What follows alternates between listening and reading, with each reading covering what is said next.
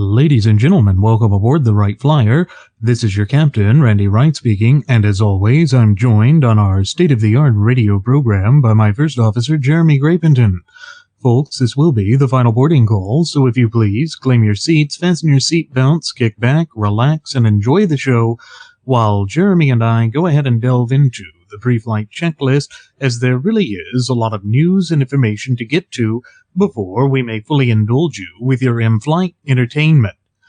Well, folks, this 2016 presidential election cycle is the post-truth campaign. We've said that before. It's also the election cycle of betrayal. So many people in this 2016 election cycle have sold out their principles and their core values and have led us to believe that they probably never had core values to begin with. And it's a distressing thing to find ourselves in this kind of a situation, particularly when you expected those people to be the ones that held, that had your back.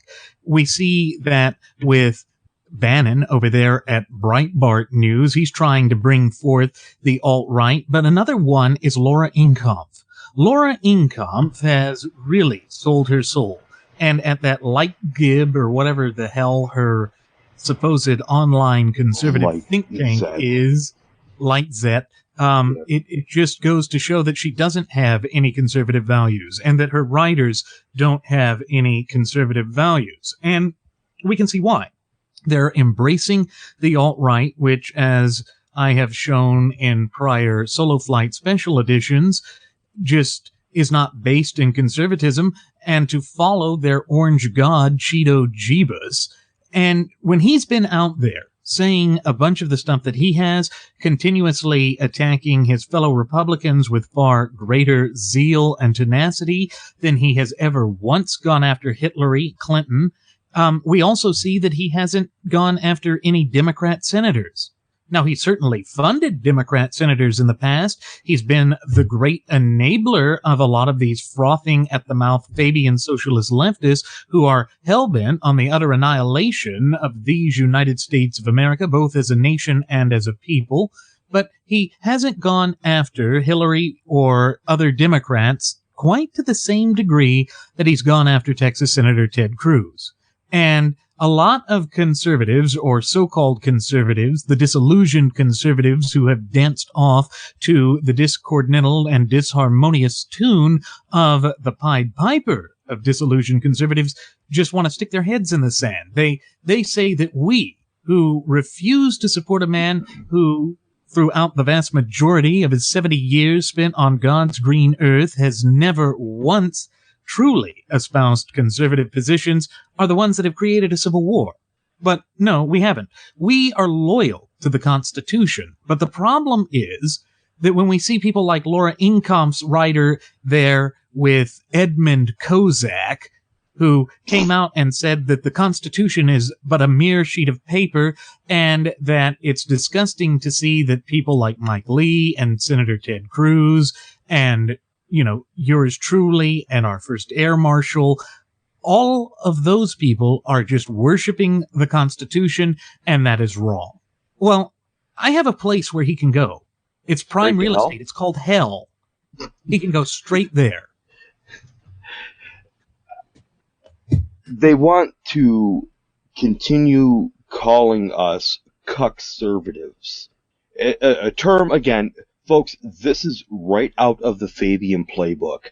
Bastardization of words. Cuckservative is a combination of cuckold and conservative.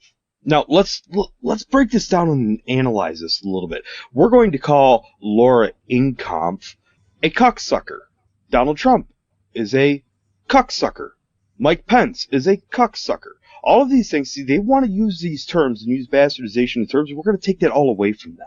They don't have the authority nor the right to do this. Because, see, a cuckold, for many people who don't know what it is the husband of an adulteress, or a man whose wife engages in adultery, a man whose wife cheats on him. A cuckservative, according to the Trump supporters, is someone who does not support Donald Trump. So wouldn't that mean that they are advocates for the cheating aspect of which that term is endeared to? I think so. Well, of course.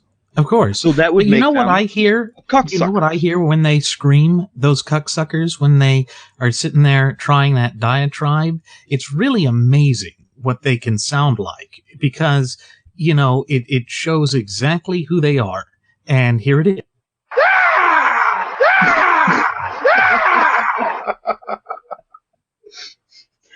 I mean, you can't get any better than that as a description of their logic or their lack thereof. And that's exactly what it is. There is a lack of logic with respect to these cocksuckers. And Edmund Kozak, I don't even think he is an American citizen. Well, I mean, he is an American citizen, but I don't think he was born here. Maybe he was, but I know that he attended university over there at the University of Edinburgh in Scotland.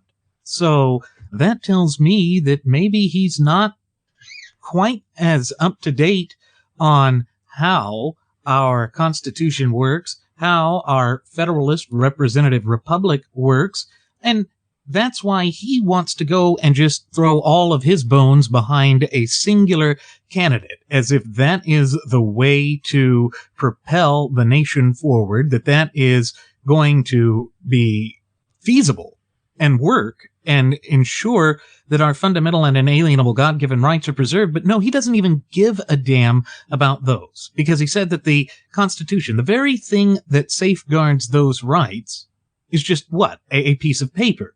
That's all he thinks it is. That's all he thinks it's worth. And he thinks we're stupid for putting such value into the Constitution. Well, I think he's stupid for not finding value in it. Much like I think it's stupid of Donald J. Trump not to find value in it. Well, let's not insult stupid people, Randy, because Edmund Kozak is not even smart enough to be stupid. Let's take a look at his background, shall we? A 4-year history degree in Edinburgh, over at Scotland. When was the last time that any university in any other country has actually delved straight into the history of, I don't know, the United States? He doesn't even have a platform or the credibility to even speak about the Constitution. He may be an American citizen, yada, yada, yada, but he's trying to use his so-called credentials to deride individuals like you and I, because he thinks he knows everything there is to know about the Constitution. Well, he's wrong. And that prime piece of real estate right there in hell is looking all that more appealing to stake him there. Because he's got, it's a 4-year degree in history. Well, guess what? I have a 4-year degree in criminal justice. Okay? Which means that in order to have that degree, there has to be some kind of acknowledgement or even a basic understanding of the United States Constitution, because without the Constitution, there is no criminal justice system, period. So my background actually is better than his. A lot better than his ever will be. And we don't know if he was born here or not. Why? Because he likes to hide on the internet. We've looked at his LinkedIn account and several other social media accounts and networking accounts, but there's no place of birth, there's no date of birth, there's no anything to verify that he's actually a legitimate person. I don't think he's even a legitimate person, Randy. Even a legitimate person, even on Facebook, puts, sometimes their place of birth or their date of birth. But he doesn't. He wants to hide all of that. Why? What are you so afraid of there?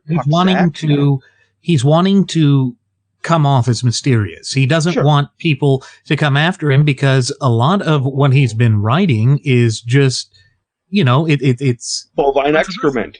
Period. It's controversial. It's controversial, and it is bovine excrement.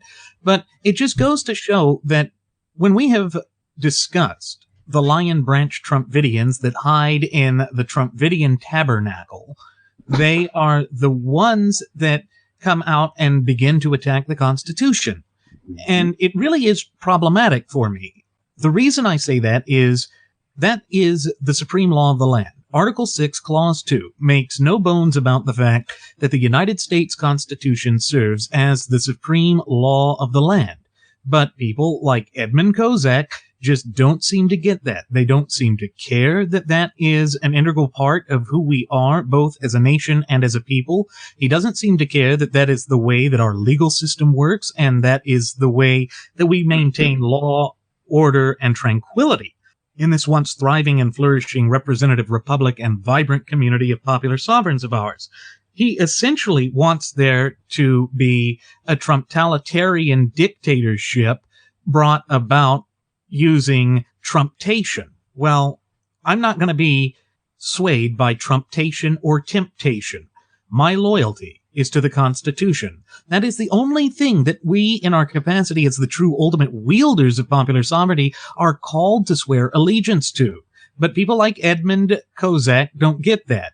And then, of course, over at Red State, I don't have the article in front of me, but there was an article that was put out responding to Kozak's enabler and employer there with Laura Inkampf, where she said that it shows a bias in the media that they refer to Donaldolph Julius Caesar Trumpolini as a real estate tycoon. And she pointed to Zuckerberg as an example of how the left never labels their own as a tycoon. Well, Red State went and found, I believe it was 8 articles in which Zuckerberg was referred to as a tycoon. So, Laura, you may want to revise your statement there just a tad. See, again, I have to bring up the question, why is it that people want to give individuals like Laura Inkampf so much credibility and latitude? Say, well, it's Laura Ingram, and she's on this and she's on that, so she can speak on this. You know what? That same kind of credibility ought to be given rightfully to the people. Lovely. Lovely. I mean, see, people need to understand that because of the First Amendment under our Constitution, we have the freedom of speech. And when individuals say something that is truth, nothing but the truth, and there's validity to it, and everything is backed up, they don't want to give them any credibility. And it's always the naysayers, or it's always the people that are like Laura Inkampf that want to just, well, no, that's not right. And they want to attack individuals like us. They want to continue to attack Glenn Beck. Now, Glenn Beck, we don't agree 100% with Glenn Beck. We don't agree 100% with anybody. Randy and I don't even agree 100% amongst ourselves. That's the beauty of this.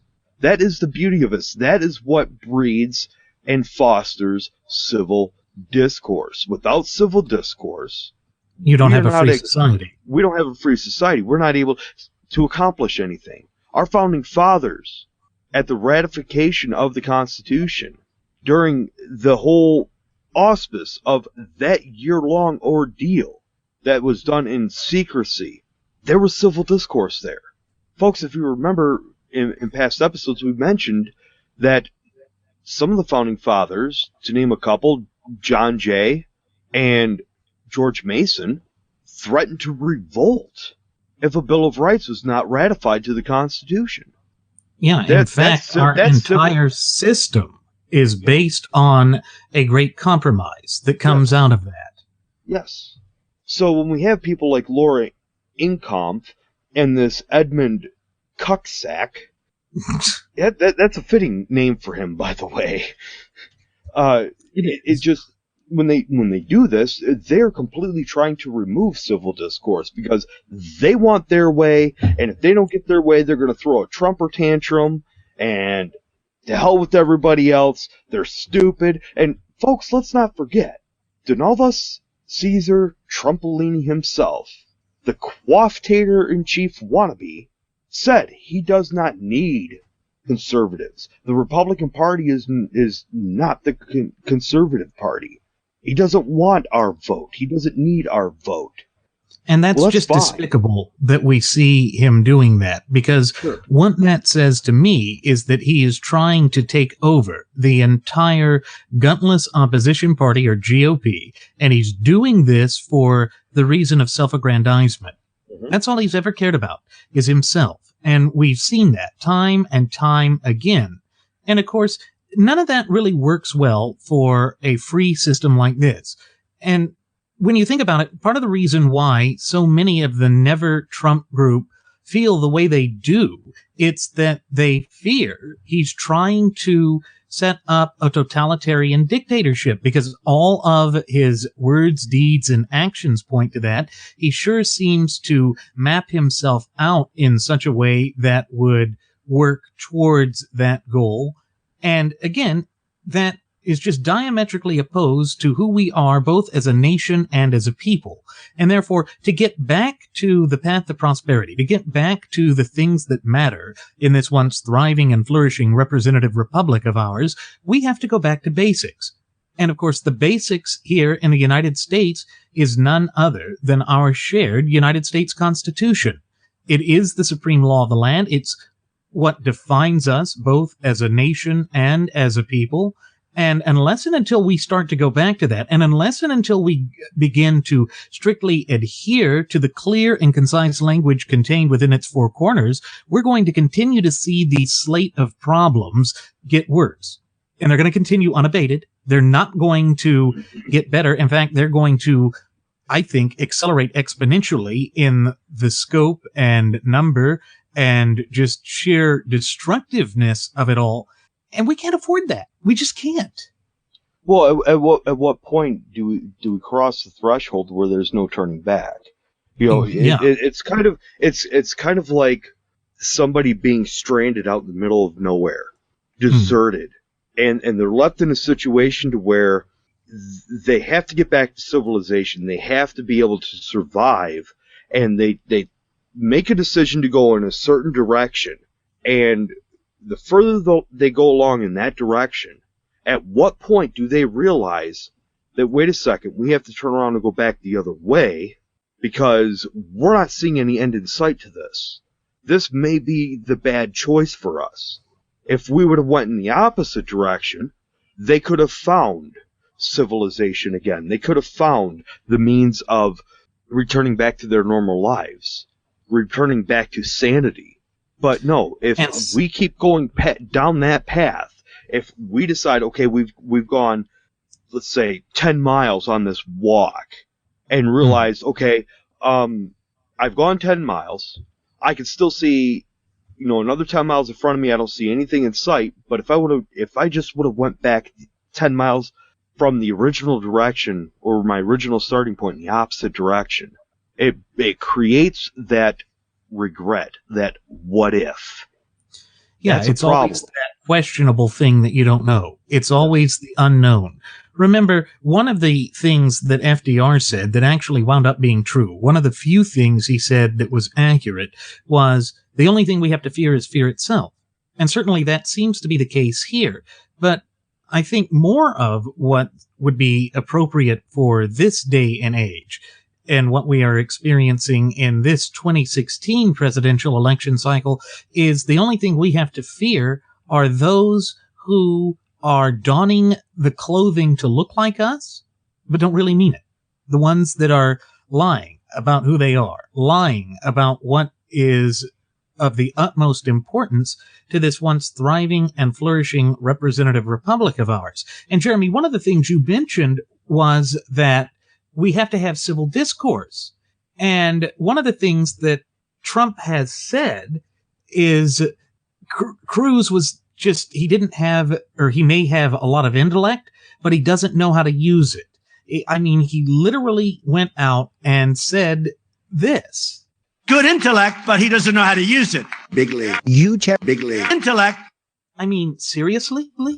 That is what we have to go by? That is the man that is supposed to be vying for the highest office in the land? Now, that last part of it, the bigly huge, bigly intellect, I did to reference the fact that he's sitting there talking about a man who is far more qualified than he himself could ever hope to be, and in a disparaging way. Mm-hmm. And that's the problem that we've seen. And that's one of the major issues that I think a great many of the people who just refuse to support the mafioso quafioso have with him. It's this abrasiveness that he's not even able to temper it. You know, if you're going to be the leader of the free world, that means you also have to be able to be diplomatic. And I don't think that Trump is capable of being diplomatic. I don't think that that runs in his body at all. I don't think it ever crosses his mind. And as a result, I think we find ourselves in the untenable situation that we're in right now, because Trump certainly does not seem to care about the hopes, dreams, and aspirations, as well as the will and consent of the true ultimate wielders of popular sovereignty, we the people. And that's a major, major drawback and problem. Speaking of being diplomatic, we know for a fact that Trump is incapable of being diplomatic.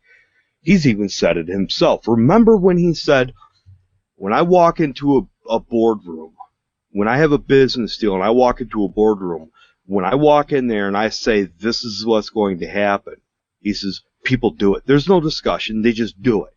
So he's already drawn back the curtain of him being a dictator. Dictators are incapable. They are incapable of being diplomatic. Period. Big league. There's a big league curtain.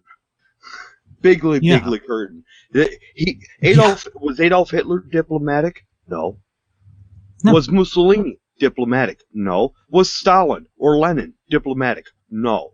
Mao? No, of course not. None of them. No. None of them. And again, he exhibits all of the same mannerisms and character traits and body language, speech, temperament as the aforementioned dictators.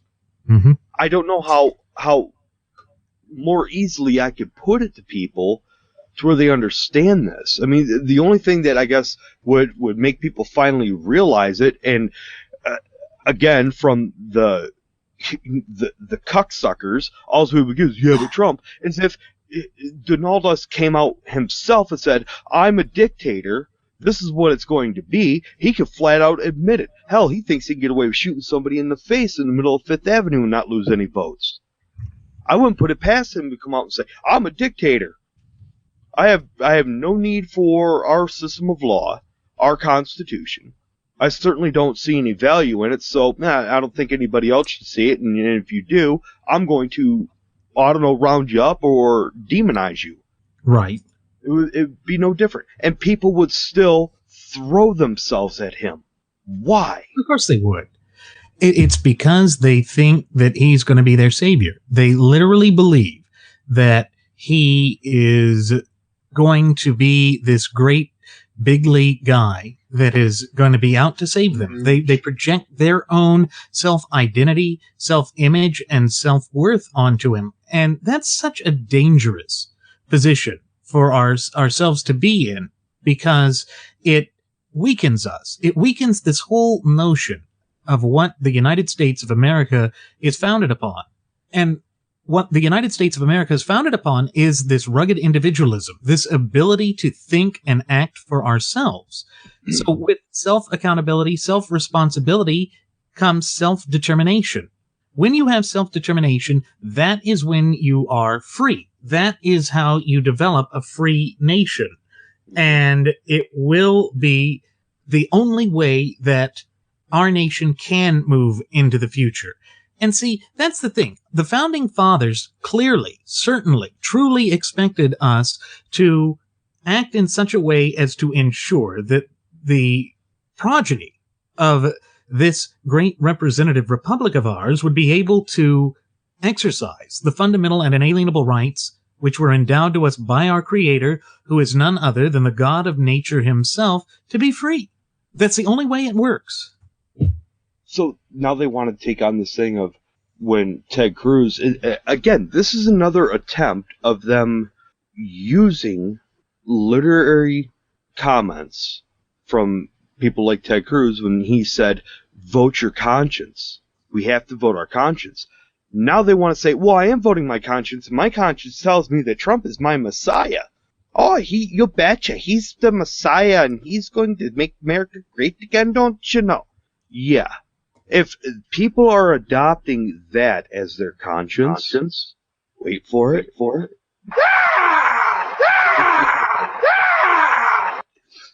If they're adopting that as their conscience, and they had a previous set of conscience standards, that of, taking an oath to uphold, protect, and defend and support the United States Constitution first and foremost, and now they're jumping on this whole sequin suit wearing walking fish lure Sarah Palin, you betcha, hoser, conscience.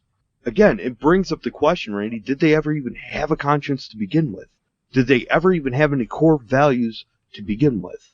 Or did they even understand what it means to have a conscience? Did they understand what it means to have pro-American values? Because what we're seeing is with Trump, remember, he went out there and he demanded that his voters swear an oath of loyalty to him and a filial oath to him. And I've got the soundbite for that, too. Just give me a second here to get it up. But he literally went out and demanded that his people give him a pledge. And here we go. I'll get this up right. Go vote. You got it. Okay, wait. Let's do a pledge. Everybody here, who likes me in this room? Okay. I've never done this before. Can I have a pledge, a swearing? Raise your right hand. I do solemnly swear. Okay. I've never done this before. Can I have a pledge, a swearing? Raise your right hand. I do solemnly swear that I, no matter how I feel, no matter what the conditions, if there's hurricanes or whatever, that's good enough, will vote on or before the 12th for Donald J. Trump for president. You can't get disgusting worse than that. You can't get worse than that. I mean, literally, it makes me want to just reach up and tear my hair out. And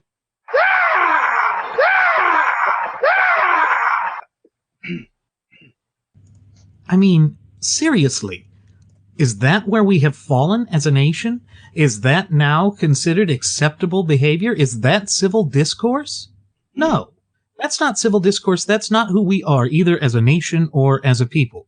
And that's one of the reasons why this man is just a walking disaster. He is a disaster that we could ill afford to have wield the reins of political power in this country, because there is no restraint with him. He would have no ability to hold himself back. He'd have no way of just preventing himself from overreaching and overstepping his boundaries. And that should really concern Americans everywhere. Well, see, now, here's the thing, Randy. They're going to try and spin that, if they haven't already. And I can already hear the little chipped marbles inside the cucksuckers' heads clanging together. Well, he did that because, the pledge that the other candidates signed and then they backed out on, he did that as kind of an end run to, rectify that situation. In other words, he took something, bastardized it again, and is using it as propaganda in order to believe people that what he actually did was okay. I rest my case. I mean, this is... Joseph Goebbels would be so fatherly proud of him when it comes to this. He would be... It would be that moment in time when a father sees his son score his first goal and he runs out there to wipe the sweat from his brow hoist him up on his shoulders, and just give him that big, lengthy, lofty, yeah. He's just so proud of him. Goebbels would just be sitting there clapping. Bravo. Of course. Very guten. Very guten. Yeah, guten. Ah. Yeah. But what it really comes down to, Jeremy, is that the RNC has gone out of their way to enable this guy. Yeah. They did all that they did in that, the convention there in Cleveland, Ohio, to pave the way for Herr Drumpf to take over the Republican Party. And they have set their courses and their sights on attacking conservatives, pushing us out of the party. That is why they have aligned themselves with Trump, even though Trump is doing everything earthly possible to ensure that the gutless opposition party cannot defeat Hillary Rodham Clinton, who happens to be the weakest Democrat nominee or candidate for president in the past half century.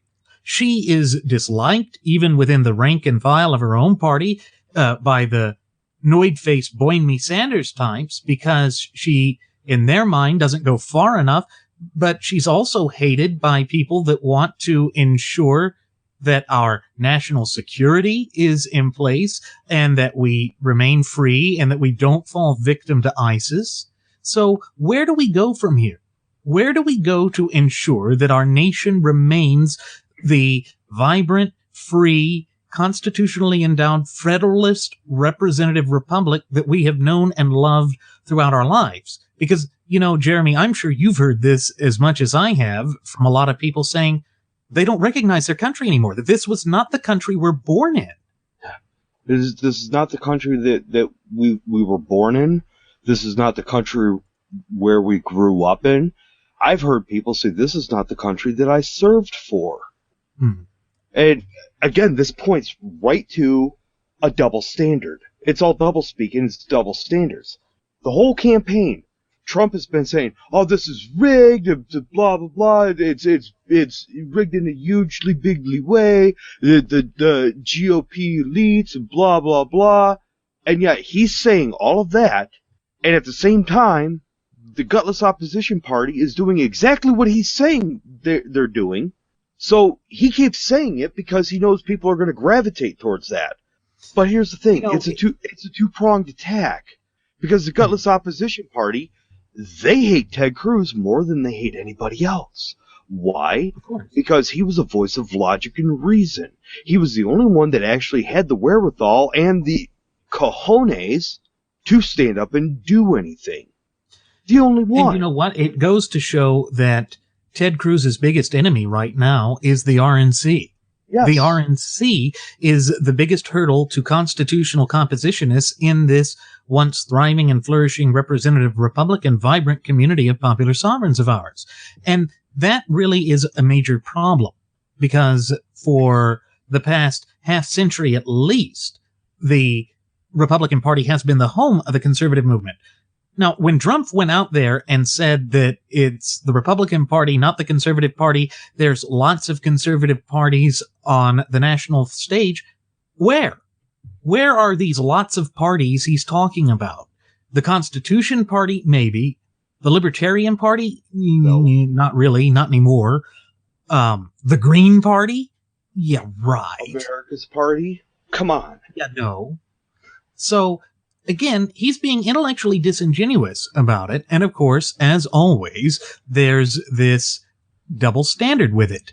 And the double standard is that the Lion Branch Trumpvidian Tabernacle will sing in their discardinal, disharmonious tone, trying to say that Trump is right, but if anybody tries to take it away from Trump, well, no, they're fighting conservatism. They're the ones that are going outside of the accepted political norms. Well, bovine excrement.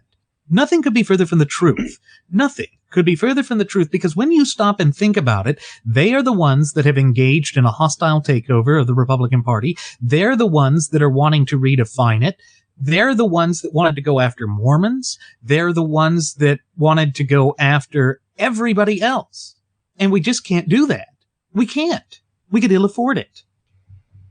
That right there speaks volumes to this false sense of unity that Trump has been putting out there. Again, and he has been one of the largest encouragers and enablers of this. When he tells people, punch him in the face, just knock him out, take him out on search, I'll pay your legal fees. Do this, do that. Don't worry about it. You're here, you're with me, you're okay, you're safe. Climb into my, ivory tower with me.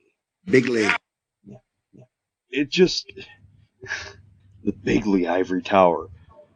Mm-hmm. And people lap it up. I don't know why. Again, Randy, this is something that is baffling me, and the only conclusion I can come to is these people, these cucksuckers, are now sociocucks. Yeah. As in sociopathic cucksuckers. Socioquafic, I mean, yeah. It's... They don't care. Many of them would even say that, and they have said, "No, I'll let Trump shoot me in the face and I'll still vote for him." How? What's he going to shoot you in the face with, a spit wad? That it? Well, or he could just shoot off their bottom jaw. Shoot you in the face? Do these individuals not even understand the simple physics of being shot in the face? I've never been shot in the face, but I know enough about it to know that I don't want it to happen. And I'm not going to allow myself to be shot in the face for anybody. Yeah. For anybody. The only way that would come into play is if you were going out and defending the Constitution. Going out and defending your family, your loved ones, your friends, those that you hold near and dear. That is what that would speak to. Not for voting for some candidate who... That would be an exercise of my principles in action. And the whole thing is, those bone burrs magically managed to heal just as soon as he got his 5 deferments. How the hell does that work? Yeah. And see, me going out and purposely getting shot in the face would only be in that situation if I was defending the life and the rights of another individual. Right. At that point, it would not be to embetterment somebody, to put them into a higher social ranking or a higher political class. It would be my principles in action. See, what these cocksuckers don't understand is that you and I both, Randy, we will do everything that we can to our last and dying breath to defend their rights. And that is what sets them off. That enrages them and angers them more than anything else. You can sit there and tell them that you call Trump every name in the book and make up quite a few along the way, which we've done. Oh, yeah. That doesn't set them off nearly as much as they, you know what? Trump is a coward. Your opinion. I understand your opinion, and you know what? I support your right to vote for Trump. Because it's your right. That pisses them off more than anything else. That's when they come unhinged. Of course it does. It's because they don't believe in having people be able to carry out what they think is right, to be able to exercise their conscience. That's why they went out and booed Texas Senator Ted Cruz when he was speaking on that second night of the convention. They didn't like the Constitution. They didn't like the fact that he could go out there and say what he said.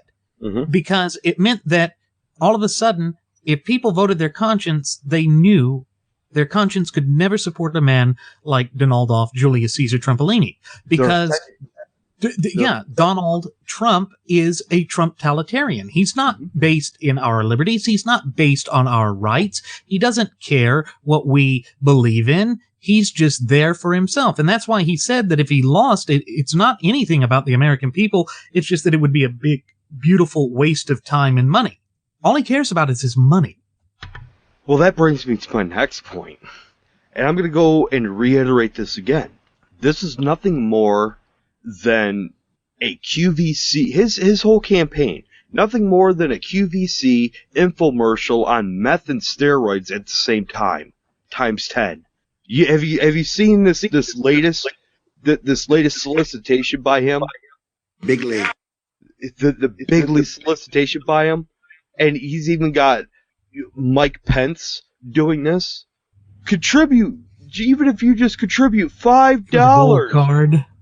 No, a Hillary Clinton gold bobblehead. A Hillary for prison bobblehead. They're selling novelties in order to bribe people for campaign contributions. Well, you know what it was before that? They were selling gold membership cards to the Trump thing, whatever the hell and that here's the means. other thing.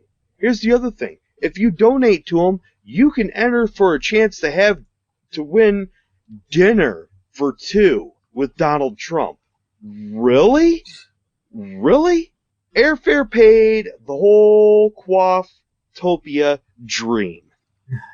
Now, to me, Randy, this serves 2 purposes, and this is I have 2 takes on this. Number 1, it's a continuance of his billboard in action of his campaign.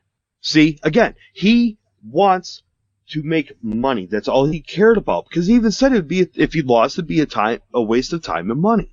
That's all he cares about, is the money aspect of it. So he's doing everything he can to make money. All these hats and T-shirts and bumper stickers and stuff, that's not going to his campaign. That's going in his pocket. He's a giant billboard. We know he is a brander. He likes to take his name and sell it to people, license it to people, so that he gets money off of it. Kickbacks. Big league. He did that with those Russian investors. Oh, yeah. The Russian investors that own Trump Soho down in Florida. Mm-hmm. Did it with George Soros with Trump Towers in Chicago. I think the only property that he legitimately owns is Trump Towers in New York. Every other property. And a partial share in Chicago. And a partial share.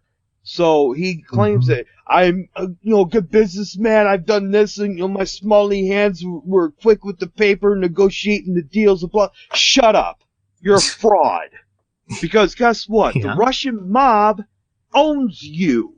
They own you. You say you've done this by yourself? No, they own you. And here's the other thing with all of this. Aside from all this, crass marketing and everything, it's to keep that drive of fear going. Because fear breeds money. Act now before it's too late. You can get your own piece of Donald Trump's dandruff.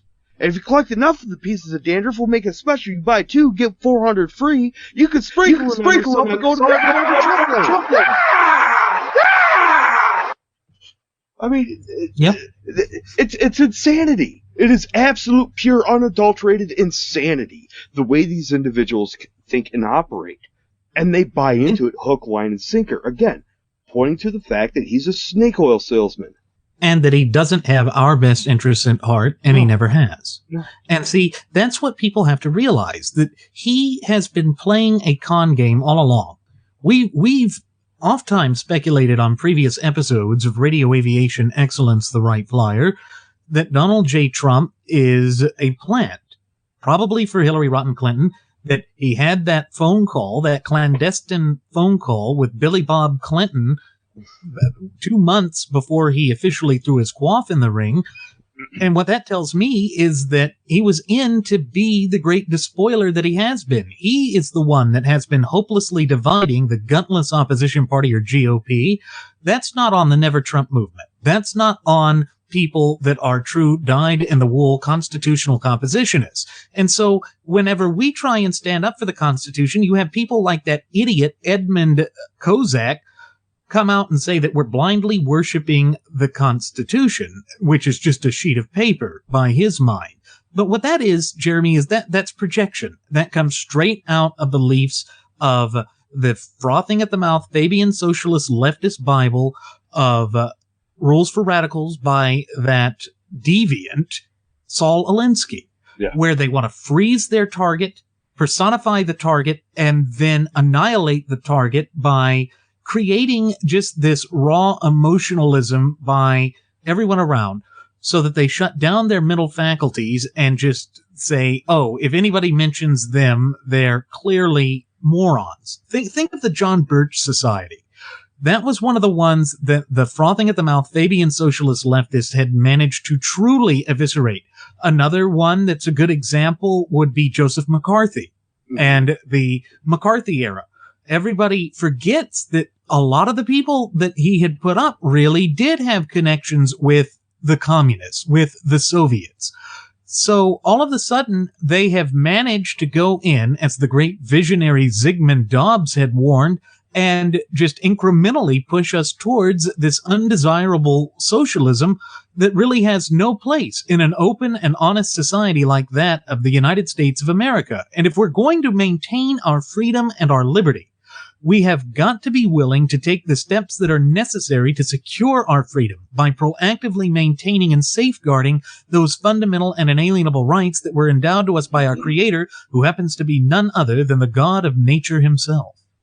I have a question for everybody to sit and ponder on with regard to this Edmund Kozak individual who says that people are just worshiping the Constitution. It's just a piece of paper. When did constitutionalism or constitution compositionalism become a religion? When did that happen? When did the Constitution become some kind of deity to be worshipped? That would be on the 12th of Never. Yeah. And the year 0000.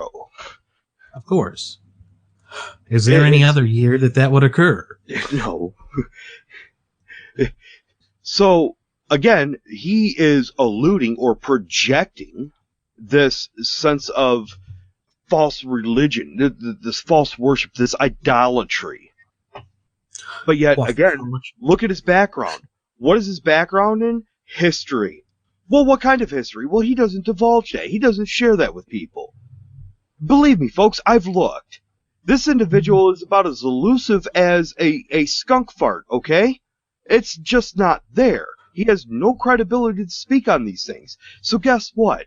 We're going to take him down several notches that he thought he built himself up onto, because that is the right thing to do. We have to hold each other accountable. When individuals come out and make statements like this, put out these porta-potty napkin articles, and they want to do this to latch onto this and that. And you know who else is just as culpable of this? Laura Ingalls Brown herself.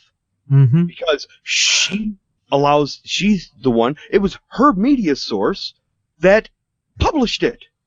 Yes. And the other thing is, if this guy is such a great historian, then he would know that one of the things that Adolf Hitler had done towards the end of the Third Reich is he said that if the German people cannot win, and if they surrender, then they deserve to be destroyed, and I will shed no single tear for them. Well, there's quite an interesting comparison between Trump and Hitler with regard to that, because one of the things that Trump has recently come out and said is that he would never forgive the voters if he lost. And I actually have the soundbite of this, folks, so I'm going to cue that up, and then we will discuss it even further.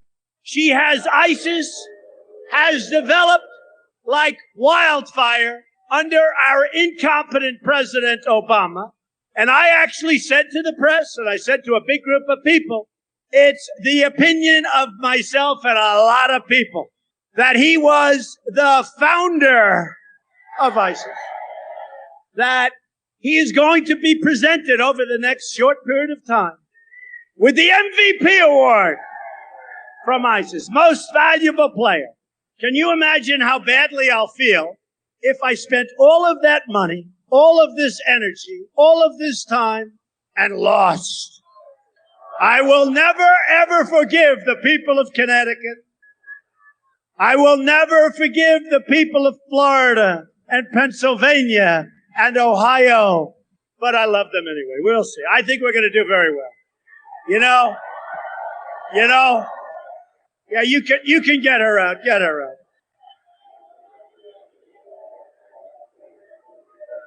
You know, she looks just like Hillary Clinton, actually. Is that Hillary? Hillary, is that you? You could just hear him. At the end of there, he was attacking a protester, much like Hitler would, much like the the SA, the brown shirts, did, and that really should be scary to people. I know it's scary to me because it goes against who we are, both as a nation and as a people. But when you heard him list the states out like that, I've got another soundbite as to what that really reminds me of. And I'm sure you all remember this from long ago. Here we go.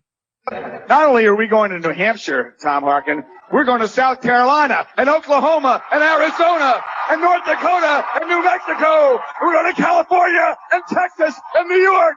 And we're going to South Dakota and Oregon and Washington and Michigan. And then we're going to Washington, D.C. to take back the White House. Yeah! Can you believe that? Can you believe that? That is exactly what Trump's little threat there reminded me of. It ties in with the history of Adolf Hitler and the way that he reacted at the end of the Third Reich. We can't just allow that to go forth. We can't allow that to become the new norm in these United States of America. That's despicable. It goes against everything that we hold near and dear in this once thriving and flourishing representative republic of ours. Why would we bow down to such chicanery? It makes no sense to me whatsoever. Oh, I think the illusions of grandeur run deep with that clip from him saying he'll never forgive the people of Connecticut, and then at the end of it, oh, you can get her out of here. It looks as that Hillary, blah, blah, blah. Do we know for a fact that she was actually an anti-Trump supporter? Or no, was she perhaps a Trump supporter, and then when he said, I will never forgive the people if I lose, if that right there caused her to switch gears and say, who the hell does this guy think he is? You don't have the right to say that you're not going to forgive me if you lose. You're not going to place this blame and guilt on me. Mm-hmm.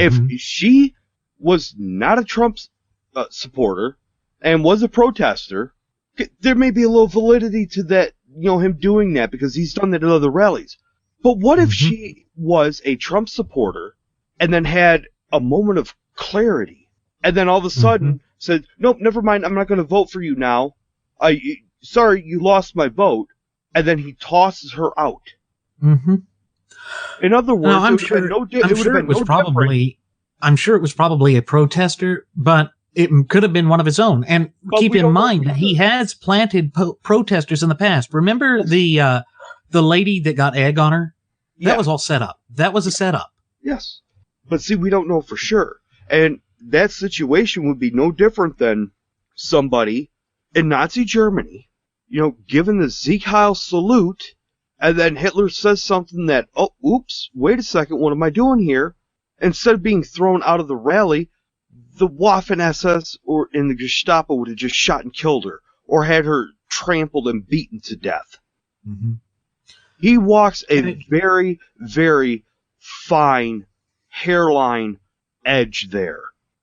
Well, yeah, it certainly can't be a razor's edge because his hair has never seen a razor.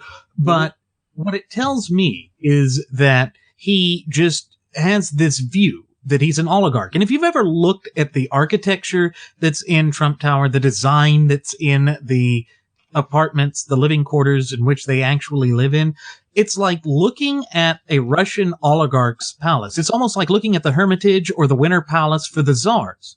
Mm-hmm. And of course, that makes sense when you think that Trump has all of these connections with the Russian oligarch of today, Vladimir Putin, the way that his daughter was over there just hanging out with Vladdy's daughter.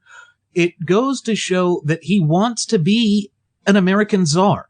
That's why he has jewel-encrusted doors. It's probably cubic zirconium now, but I'm sure he tells the Russians it's real. It's why he always has these Russian mail-order brides. Because, let's make America great again, except for my wives. They can't be from here, except for my second one, which I considered my biggest mistake. Hold on a second. His daughter? Which daughter? Ivanka. Ivanka want to puke? She was chumming around with Putin's daughter. But wait a second. Oh, yeah. I thought he didn't know who Putin was. I thought he never met the man. I thought he had no idea. See, folks, do you really want somebody who doesn't know another individual that will allow his daughter to go have a play date with another dictator's daughter? Really? Well, she is an really? adult. He doesn't know who Putin is. Well, I know who he is now, blah, blah, blah. I've never met the man, but I know who he... No. If he's so bad in all this, are you going to allow your daughter... No, I don't care if my daughter, my oldest daughter, I don't care how old she is. Even my youngest daughter is 18. Big league.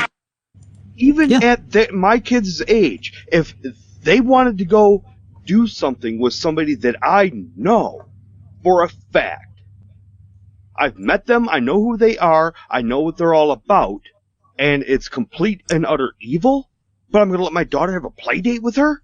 With his daughter? Really? Do you want that kind of person running this country? He obviously doesn't even care about his own family.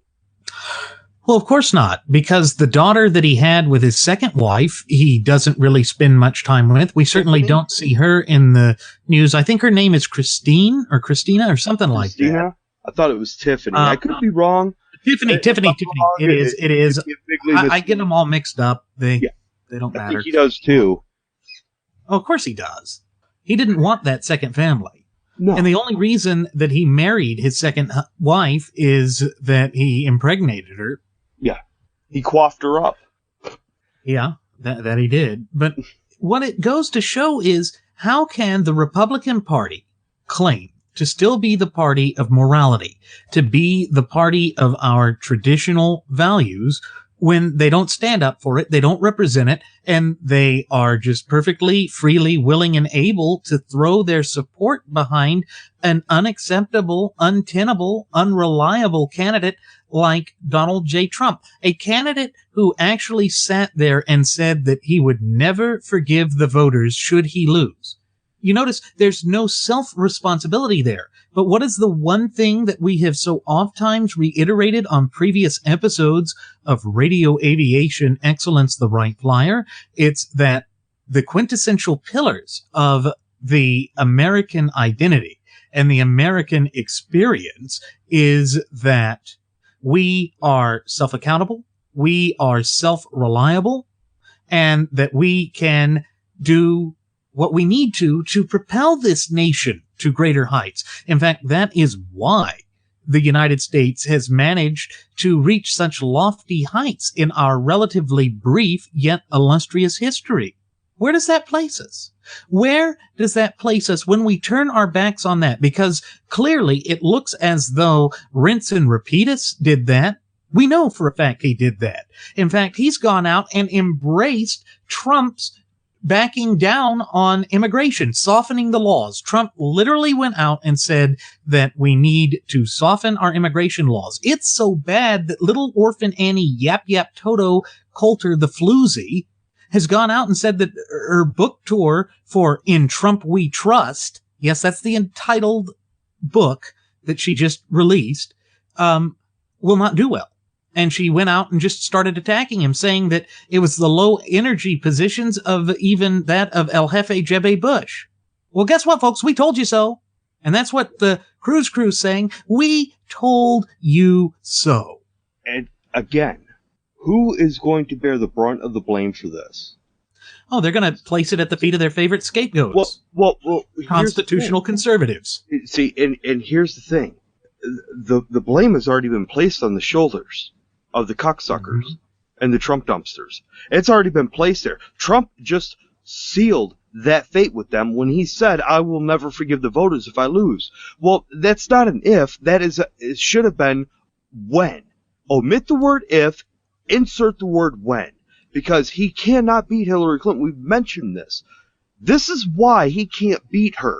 One of the vast main reasons why he can't beat her. He is consistently inconsistent. He was asked, why are you running for president? He says, well, the United States has been so good to me, I feel it's my obligation to give back. I'm doing this for the people.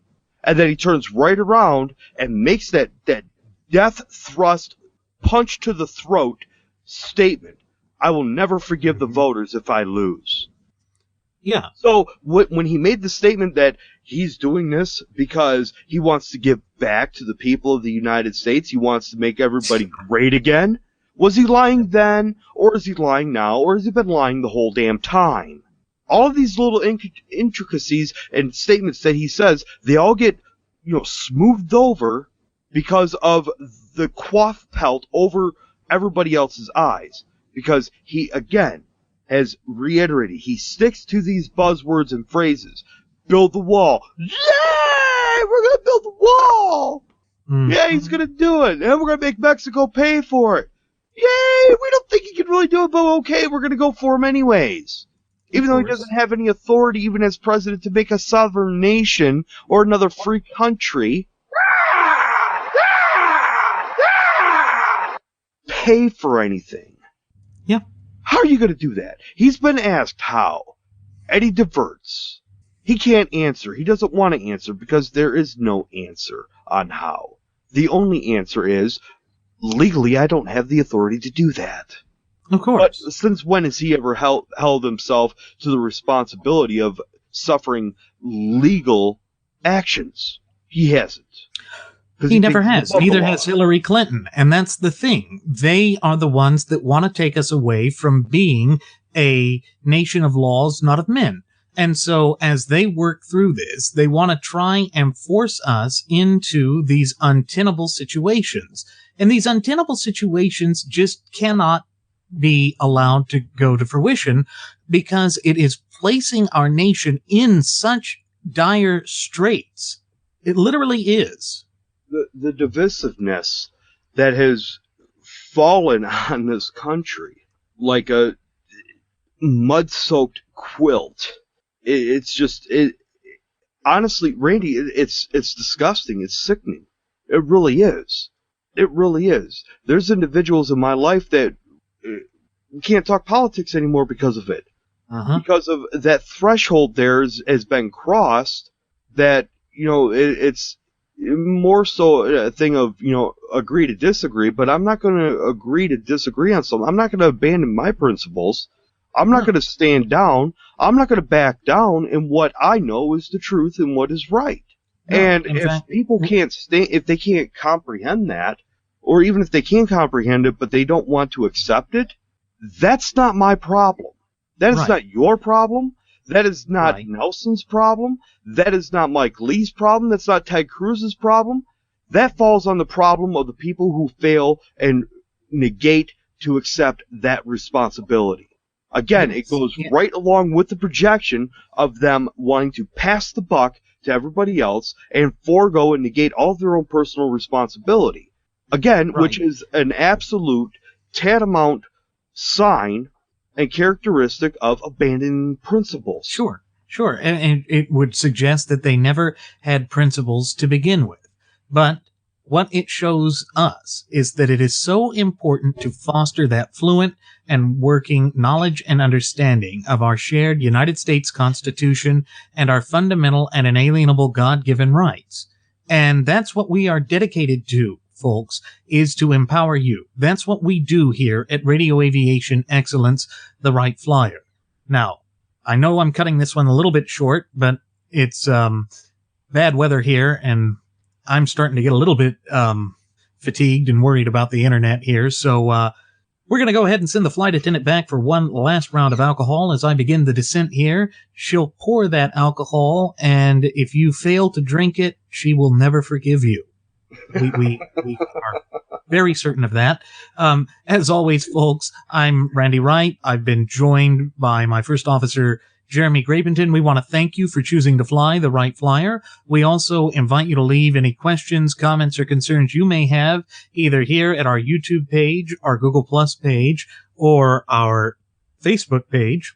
And on top of that, we invite you to follow us at Twitter with the Twitter handle at RadioAviationEX, at RadioAviationEX. And there you will find the departure board that lists both Jeremy and yours truly's personal Twitter accounts, the Blogspot account in which we are now putting up audio-only format versions of our show, and then there is the Cafe Press account. Tell them a little bit about that, Jeremy. Well, I'll just say this right now, folks, with our Cafe Press account. Should you make the decision to purchase any of our novelties to show your support for the show or show your support for yourselves and your friends and family, we'll be ever grateful. If you choose not to, well, we'll forgive you. We will forgive you for that. Yeah, so because we're more generous. However, our mafioso.